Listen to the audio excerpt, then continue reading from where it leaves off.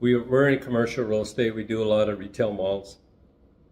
And I said, everybody's upside down. What does upside down mean? When you're paying 3% interest and now you're renewing your loan at 6%, you're upside down. Your payments have doubled. If your payments have doubled, your rents haven't increased accordingly, how do you pay the bank back? I'm getting one house, this is an example, I bought one house, I'm getting $1,000 a month in. I was paying $1,000 a month to mortgage payments and all my expenses were $1,000, so it broke even. $1,000 I get in rent, $1,000 I pay out. So it's a zero-sum game. You're even. But what happens now that your interest rates almost double? So now you're paying almost $2,000 a month. You're still only getting in $1,000 a month.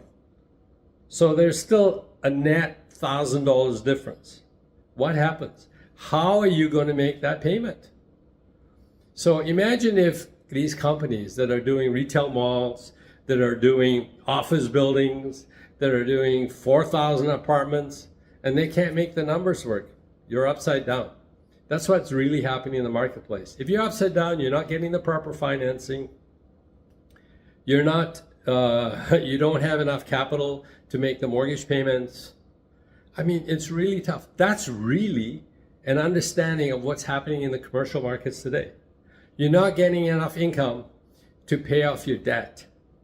And so that's why you're hearing guys going bankrupt, guys being put into receivership, guys losing their properties because no one will refinance. You don't have enough income coming in. So it's scary times for commercial real estate.